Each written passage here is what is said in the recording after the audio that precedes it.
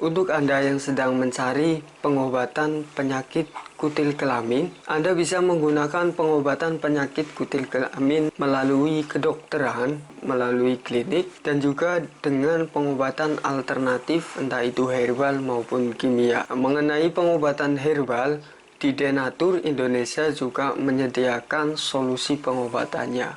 Pengobatan ini bisa digunakan oleh pria dan juga wanita yang sedang hamil dan juga wanita yang sedang menyusui. Obat dalam yang digunakan di sini terdapat 4 kapsul, Gangji, Gosia, Pipeca, dan juga bersih darah.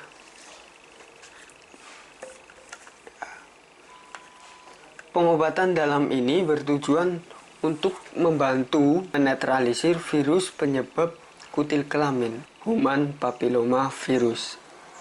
Dan sedangkan untuk merontokkan kutil kelamin dari luar, di sini kami menyediakan salep perontok dan juga salep antiseptik. Namanya Anpiloma dan juga salep C Denatur Indonesia. Silakan untuk Anda yang berminat dengan pengobatan dari Denatur ini, Anda bisa langsung konsultasikan melalui call center kami di sini.